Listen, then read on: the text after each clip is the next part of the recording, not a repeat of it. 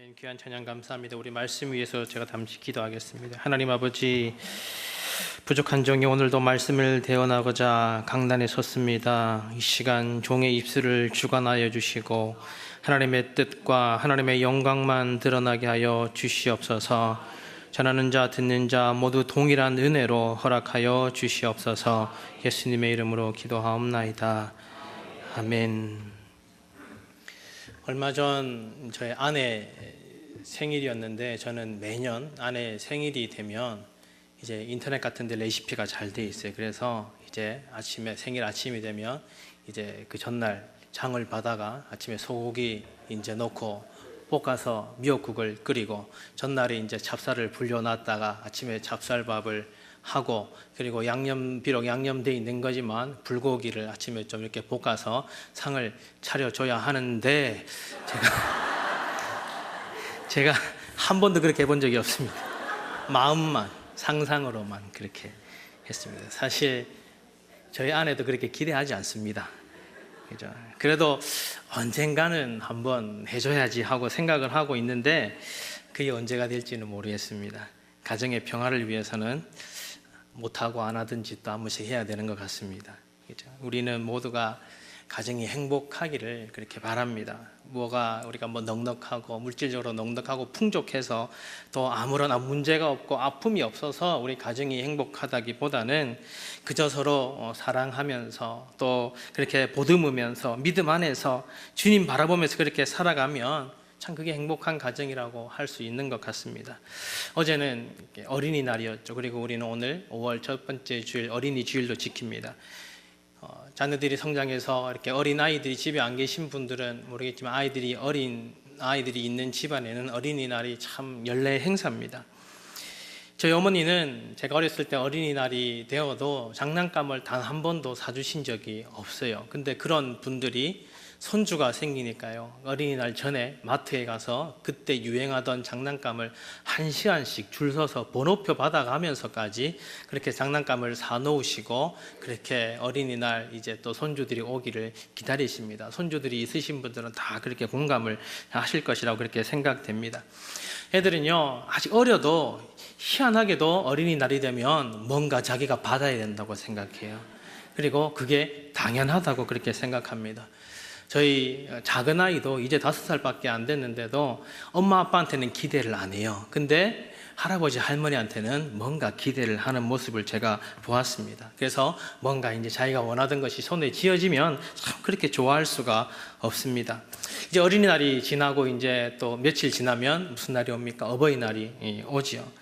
아시다시피 저희 가정의 아이들은 아직 어려서 부모에게 뭔가 해줄 수 있는 그런 나이가 아닙니다. 그저 큰아이는 이제 삐뚤빼뚤한 글씨로 손편지, 그냥 엄마 아빠 사랑한다고 손편지 하나 쓰면요, 그게 그렇게 고마울 수가 없고, 작은아이는 글씨도 모르니까 그저 그냥 볼에 뽀뽀 한 번만 해주면 참 그것으로 만족을 합니다. 그래서 제가 그걸 받고 아이들에게 얘기를 이렇게 하면 어떻겠습니까? 너희들이 올해 아빠 엄마한테 이렇게 선물 줬으니까 내년에는 엄마 아빠도 이렇게 진하게 뽀뽀 한번 해주는 걸로 그렇게 어린이날 선물로 줄게. 그러면은 아이들은 1년 전부터 걱정을 하겠죠. 아이들은 뭔가 자기들이 해줄 수 있는 최선의 것으로 그렇게 부모에게 해주려고 합니다. 부모가 다 그 마음 압니다. 그렇다고 제가 아이들에게 그런 말을 한다고 해서 뭔가 제가 본전이 생각나가지고 그렇게 얘기하겠습니까? 물론 금전적으로도 제가 손해인 거는 맞죠, 그죠? 시간적으로도 제가 손해인 거는 맞습니다. 근데 저는 그 뽀뽀 한 번이면 만족하는 거예요. 물론 평생 아이들이 뽀뽀 한 번으로 퉁치지는 않겠죠.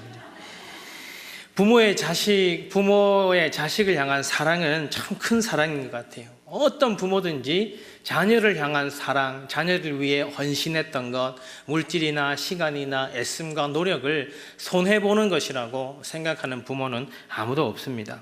참 값지고, 그래서 힘이 있고 아련하고, 또 부모님 생각하면 그 사랑 때문에 가슴이 뭉클한 그런 기억으로 남는 것 같습니다. 그래서 동서고금을 막론하고 부모가 자녀를 향한 사랑, 그리고 동일하게 자녀가 부모를 향한 사랑은 그렇게 똑같은 것 같습니다. 근데 자녀가 부모님을 향한 그 사랑이 뭔가 내가 받아서 그것을 계산해서 갚는다는 그 심정으로 부모에게 효하거나 부모를 사랑한다면 참 그것도 쉽지가 않은 것 같습니다. 요즘 자녀들을 졸업시킬 때까지 드는 비용이, 이제 대학교를 졸업시킬 때까지 드는 비용이 어느 조사단체에서 조사를 했는데 약 한 명당 3억이 든다 그래요. 3억. 대학 졸업 때까지 3억을 그렇게 투자한 겁니다.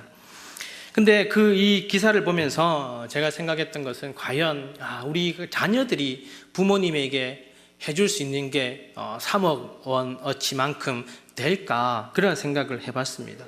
물론 여러 가지 형편에 따라서 충분히 해드린 그런 자녀들도 있을 것이고 해드릴 수 있는 자녀들도 있을 것입니다. 근데 일반적으로는요 참 힘든 것이고, 그리고 물질적인 것뿐만 아니라 시간적으로도 부모님이 그때까지 내가 다 그렇게 해드릴 때까지 살아 계시는다는 보장이 없는, 시간적으로도 그렇게 부족할 수도 있는 겁니다.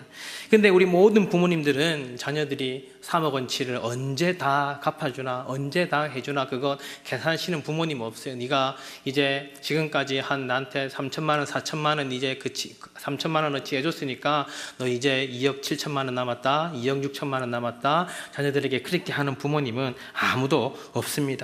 그래서 부모님의 사랑은 참 위대한 것 같습니다. 자녀들을 키우는데 얼마만큼 비용이 드는지 일일이 다 계산하면서 그것을 물질적으로 생각하고 갚으라고 하는 부모님은 없고, 또 바라지도 않지만 우리가 영적으로 바라봤을 때, 하나님, 내가 이 자녀를 위해서 이렇게 기도했습니다. 내가 이 자녀 때문에 그렇게 했습니다. 하나님, 내가 기도한 대로 하나님께서 갚아주시고, 또 내가 기도한 대로 우리 자녀들에게 응답해 주시기를 간절히 원하는 그 마음은 모든 믿음의 부모님들에게 동일하게 또 있는 것 같습니다. 부모님들이 자녀를 위해서 기도한 만큼 그 자녀는 또 그 자녀의 자녀를 위해서 기도하는 그 모습, 그 사명이 있는 것입니다. 우리 온유의 모든 가정이 부모가 자녀를 위해서 기도하고, 자녀가 또 자녀를 위해서 기도하고, 그뿐만 아니라 자녀들이 부모님을 위해서 기도하는 그런 복된 가정이 되시기를 예수님의 이름으로 축복합니다. 오늘 본문은 우리가 잘 알고 있는 내용이에요. 사무엘의 이야기입니다. 사무엘은 어머니 한나가 기도로 낳은 그런 아들입니다.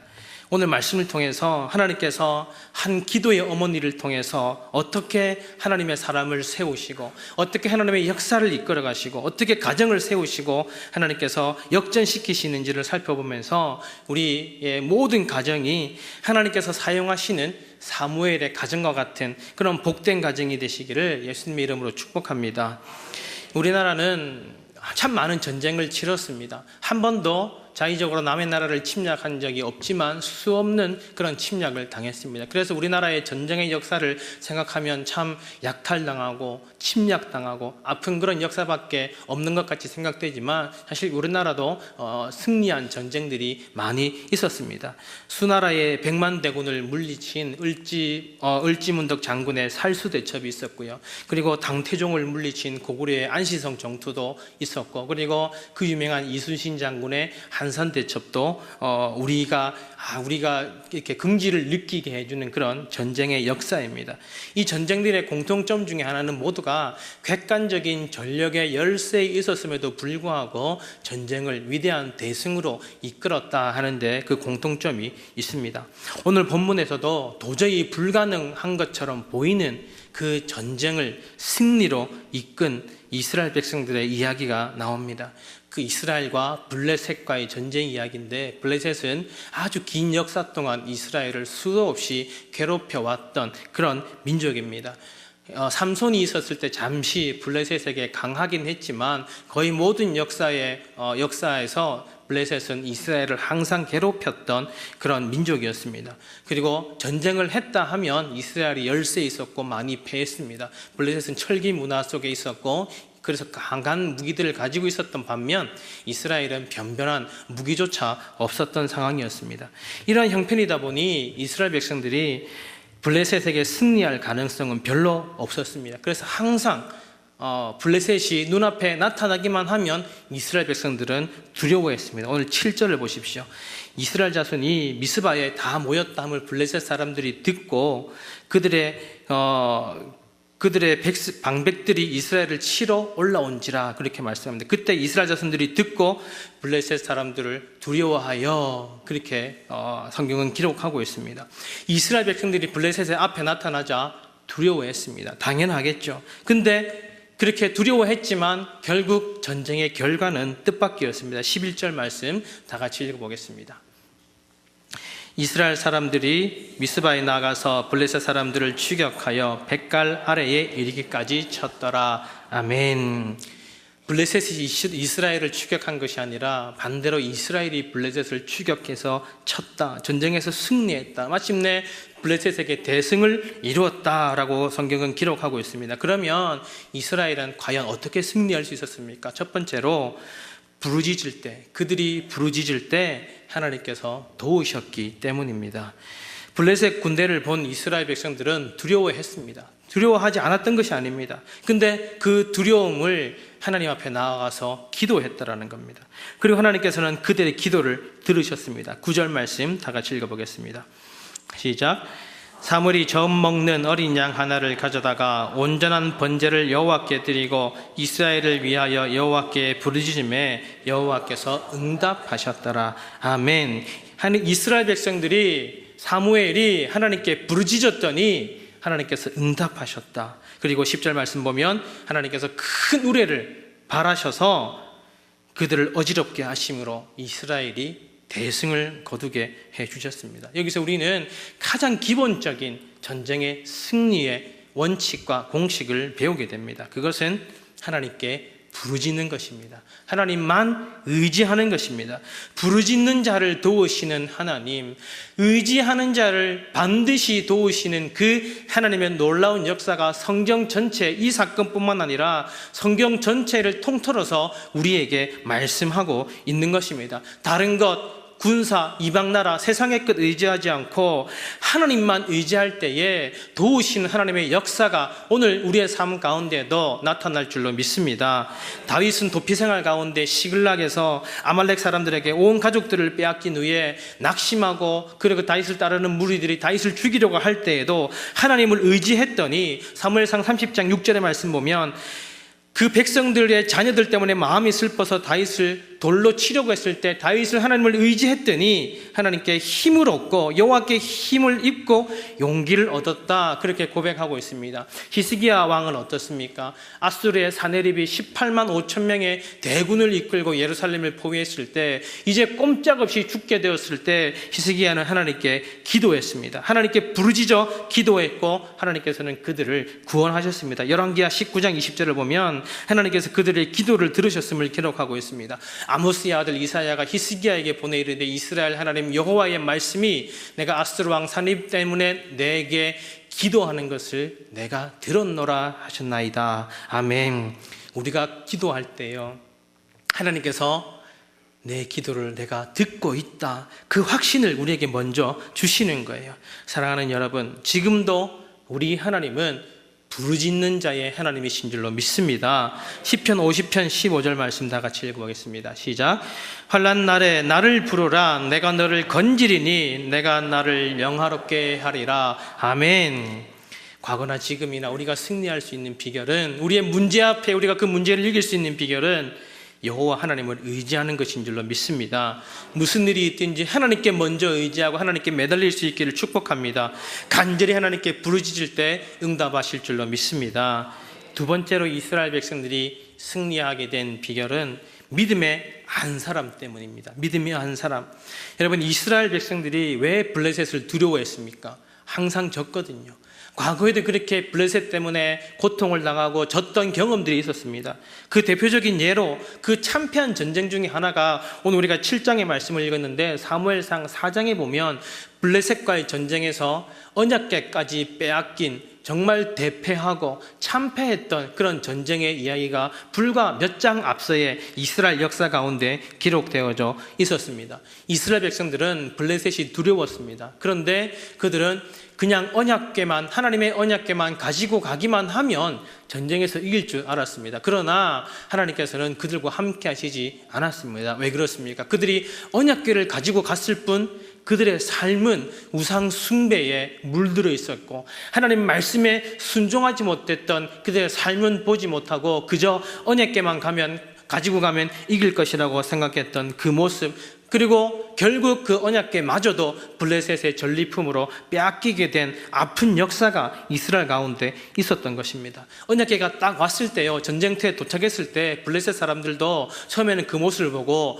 두려워했습니다. 그런데 별일이 일어나지 않는 거예요.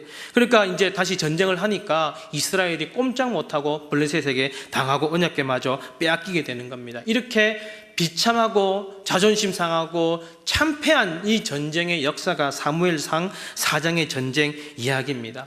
이 사무엘상 4장의 전쟁의 이야기는 참패했지만 곧 이어서 하나님께서는 사무엘상 7장에서 그 블레셋에게 대승을 거두게 해 주십니다.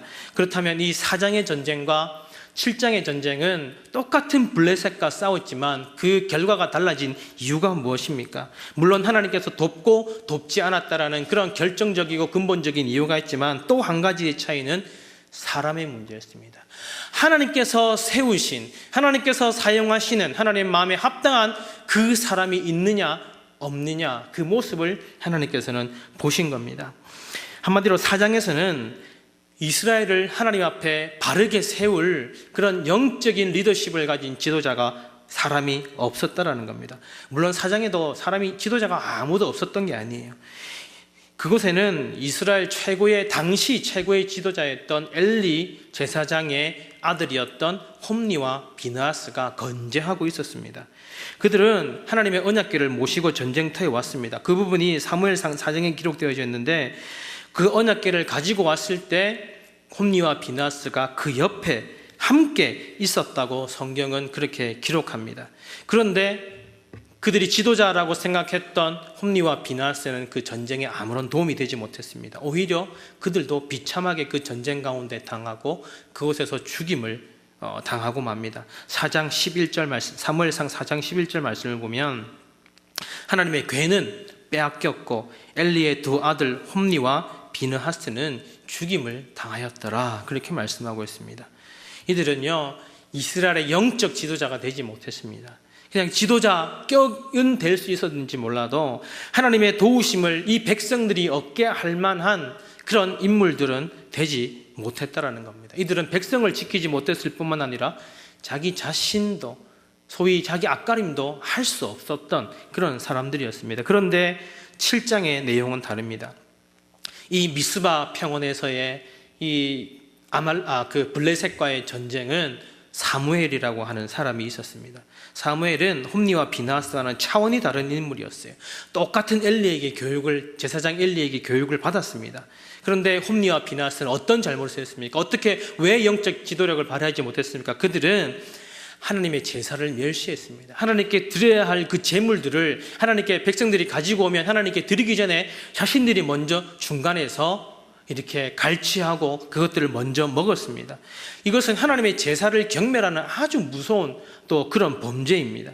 또 그들은 성막에서 일하는 여자들과 성적으로 문란한 관계를 맺고 하나님의 진노를 사는 그런 사람들이었습니다. 그러나 사무엘은 반듯하게 하나님의 사람으로 믿음으로 자랐습니다. 그는 자랄수록 하나님과 사람들의 주목을 받았고 인정을 받았고 칭찬받는 사람이었습니다. 그런 사무엘이 지금 이스라엘 백성들에게 가장 필요한 믿음의 한 사람으로 우뚝 서 있는 것입니다. 언약궤가 빼앗기고 홈니와 비느하스도 죽고 그리고 제사장 엘리도 죽었던 그 상황 가운데 그 누구도 의지할 수 없었던 그런 상황 가운데 하나님께서는 준비시키고 훈련시키셨던 믿음의 단 한 사람 사무엘을 역사의 전면에 드러나게 하셔서 그의 말에 영적인 권위가 있게 하시고 그에게 백성들이 순종하게 하시고 그와 함께 하나님의 대적들을 온 백성들이 이기고 나가게 하셨다라는 겁니다.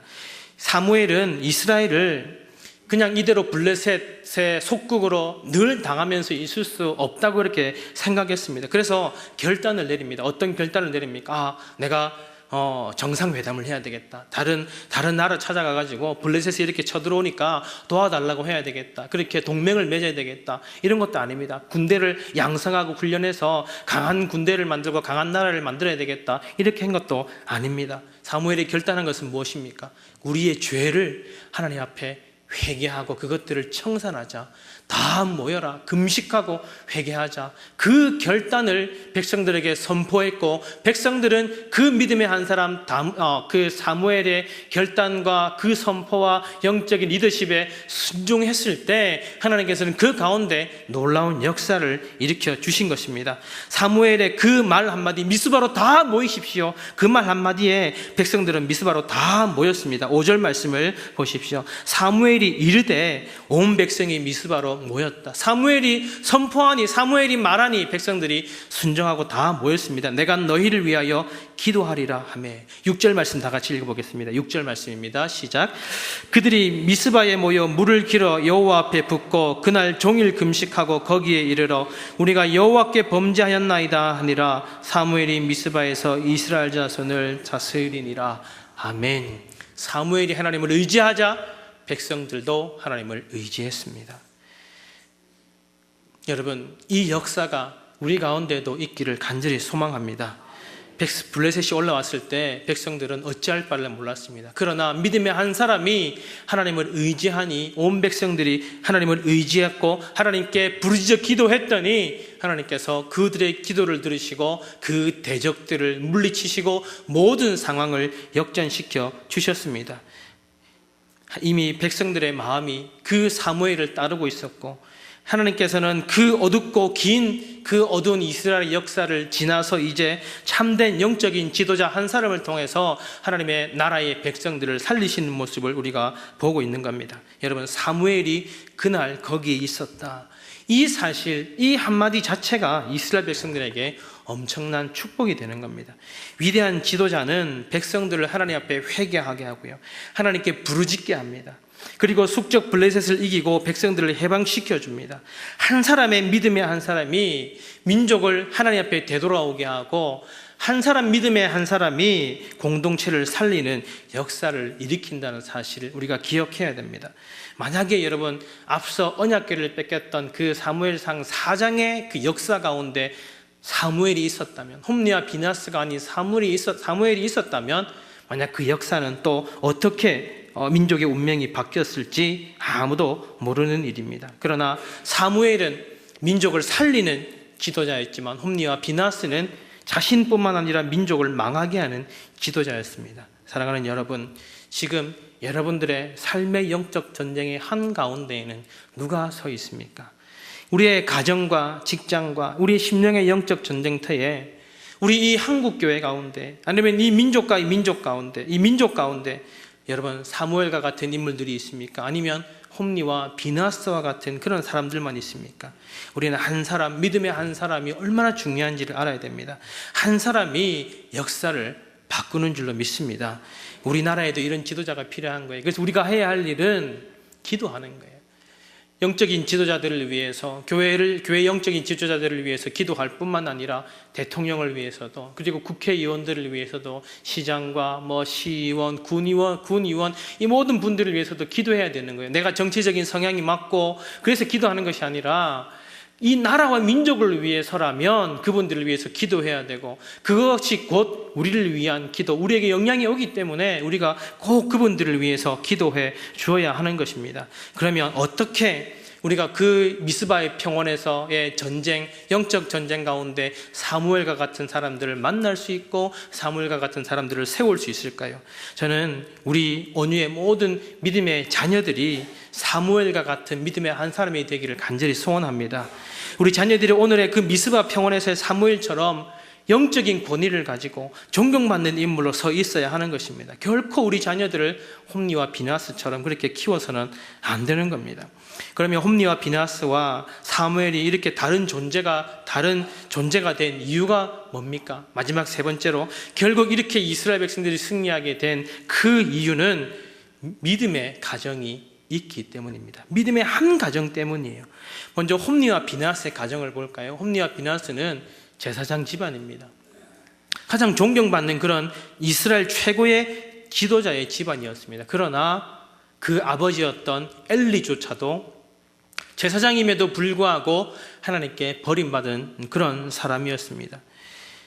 앞서 말씀드린 것처럼 홈리와 비나스는 성막을 돌보면서도 그 제사를 멸시하고 재물을 자기들 마음대로 가져가고 성막에 있는 여인들과 그렇게 부적절한 관계를 맺었지만 이 엘리 제사장은 그 자기 아들들에게 아무런 제재도 아무런 교훈도 하지 못했다라는 겁니다. 사무엘상 2장 17절 말씀 보면 이 소년들의 죄가 여호와 앞에 심히 크면 여호와의 제사를 멸시하였습니다. 여호와의 제사를 아들들이 멸시하고 있는데 아버지가 가만히 뒀습니다. 제사장의 가정이다 아니다 이게 중요한 게 아닌 것 같아요. 그 가정이 여호와 하나님을 경외하느냐 하나님을 두려워하느냐 그렇지 않느냐 그게 중요한 것 같아요. 하나님을 두려워하지 않고 뭘 두려워합니까? 내 자식이 혹시 잘못되면 안 되냐. 하나님을 두려워하는 것이 아니라 그저 내 자식이 잘못되는 것, 좋은 학교 못 가면 어떡하나, 좋은 직장에 못 들어가면 어떡하나, 결혼 못하면 어떡하냐 염려 걱정합니다. 그게 나쁘다는 거 아니. 그러나 그보다 앞서 우리가 두려워해야 할 것은 내 자식이 이 땅에서 뭐가 잘되고 잘못되고 이게 걱정할 것이 아니라 믿음을 잃어버리면 어떡하나, 구원받지 못하면 어떡하나, 하나님을 두려워하지 않는 인생이 되면 어떡하나, 하나님 앞에 바로 선 인생이 되지 않으면, 믿음으로 바로 선 인생이 되지 않으면 어떡하나, 이것을 우리가 가장 먼저 두려워하고 염려하고 걱정하고 기도해야 될 줄로 믿습니다. 엘리는 그러지 못했다라는 거예요. 하나님께서 그래서 엘리 제사장에게 이미 경고하셨습니다. 사무엘상 2장 29절 이하에 보면은 어떻게 너는 자식들이 제사를 멸시하고 예물을 마음대로 사용하는데 나보다 네 아들들을 더 중하게 여기느냐. 내 백성 이스라엘이 드리는 가장 좋은 것으로 너희들이 잘 먹고 잘 살고 살찌게 하느냐. 나를 존중히 여기는 자를 내가 존중히 여길 것이고 나를 멸시하는 자를 내가 멸시할 것이다. 네 아들 홈리와 비나스가 한날에 죽을 거야. 그게 너희 가정에 너희 있는 민족의 표징이 될 거라고 하나님께서 무시무시한 말씀을 합니다. 여러분 이 말씀에 여러분 아멘 하실 수 있으시겠습니까? 이런 무서운 경고를 엘리 제사장은 받았음에도 불구하고 자녀들을 제대로 믿음으로 교육하지 못했습니다. 여전히 하나님을 두려워하지 않고 여전히 자녀들의 마음이 상하면 어떡하나, 자녀들이 잘못되면 어떡하나 그것만 걱정했더라는 거예요. 그는 나라 최고의 지도자였지만 가정을 세우는데 실패했고 결국 그런 엘리를 하나님께서는 버리셨습니다. 하나님께서 찾으신 사람은 어린 사무엘이었습니다. 하나님께서는 사무엘을 불러서 하나님의 때에 하나님의 역사를 위해서 하나님의 민족을 위해서 사용하셨습니다. 사무엘이 이렇게 된 배후에는 누가 있습니까? 어머니 한나의 눈물의 기도가 있습니다. 한나는 자식이 없었을 때 기도하여서 사무엘을 얻었고 하나님께 서원하고 약속한 대로 졌을 때 이후에 하나님께 드렸습니다. 사무엘은 하나님께 한나는 사무엘을 하나님께 맡겨서 평생으로 사무엘을 위해서 기도했습니다. 사무엘이 위대한 신앙의 사람이 된 배경에는 믿음의 가정, 기도하는 어머니가 있었다라는 겁니다. 우리가 사무엘상 전반부의 내용을 쭉 살펴보면 이 한나가 사무엘을 하나님께 온전히 맡겼다라는 것을 볼 수 있는데 사무엘이 이제 엘리에게 맡긴 이후에 한나가 꼭 챙겨줬던 게 있어요. 그게 뭐냐면 제사장으로서 이제 입어야 할 훈련받을 때 입어야 할 옷들은 한나가 꼭 이렇게 지어줬어요. 그 말은 한나가 맡겼으면서도 간섭한 것이 아니라 이 사무엘이 하나님 앞에 믿음으로 자라는 데만큼은 한나가 그것을 포기하지 않고 하나님께 맡겼다라는 겁니다. 우리는 자녀를 하나님께 맡긴다라고 하면요, 뭐 하나님 알아서 해주시겠지. 교회 안 나와도 믿음 생활 안 해도 때가 되면 되겠지. 그냥 뭐 하나님께서 맡겼으니까 알아서 해주겠지. 그래 놓고 다른 거는 다 챙겨주잖아요. 우리가 하나님께 맡긴다는 건요, 그냥 두 손 두 발 다 놓고 있는 것이 아니라 믿음만큼은 하나님 안에서 바르게 자라도록 내가 포기하지 않고 기도하고 믿음으로 키운다라는 그 사실을 의미합니다. 결국 이 4장 그리고 오늘 본문 7장의 전쟁의 승패가 갈린 것은 첫 번째 하나님의 도우심 때문이었고 거기 있는 믿음의 한 사람 지도자의 차이 때문이었습니다. 그리고 이 모든 것을 가능하게 한 것은 믿음의 한 가정이 있었기 때문입니다. 믿음의 가정인가 그렇지 않은가에 따라 모든 승패가 결정되는 겁니다. 여러분, 우리는 가정마다 다 아픔들이 다 있어요. 그냥 겉으로 보기에는 평안해 보이지만 다 나름대로 문제들이 있고 눈물들이 있고 아픔들이 있습니다. 거대한 그 바벨론의 군대와 같은 그런 문제들 앞에 두려워 떨면서 어쩔 줄 몰라 할 때가 있습니다. 그러나 하나님께 부르짖을 때 결국 승리하게 하실 줄 믿습니다. 하나님만 의지할 때에 하나님께서 도우실 줄로 믿습니다. 세상 두려워하지 않고 하나님 두려워하는 그 한 사람을 통해서 모든 것을 우리 하나님께서 역전시켜 주실 것입니다. 그 한 사람이 우리 온유의 믿음의 가정마다 든든히 그렇게 서 갈 수 있기를 간절히 소원합니다. 그 믿음의 가정에서 우리 자녀들을 하나님의 사람으로 믿음의 자녀로 키우면 그들이 이제 이 시대의 사무엘이 되어서 민족과 열방과 세계를 위해서 하나님께서 사용하시는 거예요. 그때 우리 자녀들로 말미암아 우리 가정과 우리 교회와 이 민족이 하나님의 복을 받을 줄로 믿습니다. 현대중공업을 지나다 보면 현대중공업의 슬로건 아시죠? 뭡니까? 우리가 잘 되는 것이 뭐가 잘 돼요? 나라가 잘 되는 것이고, 나라가 잘 되는 것이 우리가 잘 될 수 있는 길이다. 많이 보셨을 거예요. 근데 저는 이 말이 참 의미가 있다고 생각하는데, 사실 이런 슬로건들을 내세우는 그 단체에 속한 분들은 별로 좋아하지 않고 막 비꼬고 막 그런 경우들을 제가 많이 봤습니다. 근데 저는 이제 뭐 직접적으로 부딪히지 않으니까 참 그 구호가, 그 슬로건이 우리가 영적으로 또 이렇게 받아들이면 또 소중한 의미가 있는 것 같아요. 저는 이렇게 해석을 하고 싶습니다. 나라와 민족을 위한 기도가 우리 가정과 자녀를 위한 기도요, 자녀에 대한 기도가 곧 나라와 민족을 위한 기도입니다. 아멘이십니까? 우리 한번 읽어보겠습니다. 시작. 나라와 민족을 위한 기도가 우리 가정과 자녀를 위한 기도요, 자녀에 대한 기도가 곧 나라와 민족을 위한 기도입니다. 아멘. 우리 온유의 모든 가정이 믿음의 가정으로 세워지길 축복합니다. 사무엘의 가정처럼 하나님께서 기도에 응답하시는 가정, 사무엘의 가정처럼 믿음의 사람을 세워나가는 가정, 사무엘의 가정처럼 하나님께서 사용하시는 가정이 되기를 예수님 이름으로 축복합니다. 지금 우리의 가정에 아픔이 있을지라도, 연약함이 있을지라도, 여러 가지 문제가 있을지라도 하나님께 부르짖을 때 여기까지 인도하신 에베네셀의 그 하나님께서 응답하시고 모든 문제를 회복시켜 주시고 역전시켜 주시고 우리 모든 자녀들이 믿음의 형통의 복을 누리며 하나님의 은혜로 사철에 봄바람 불어오는 복된 가정들, 자녀들의 삶이 되시기를 예수님의 이름으로 축복합니다.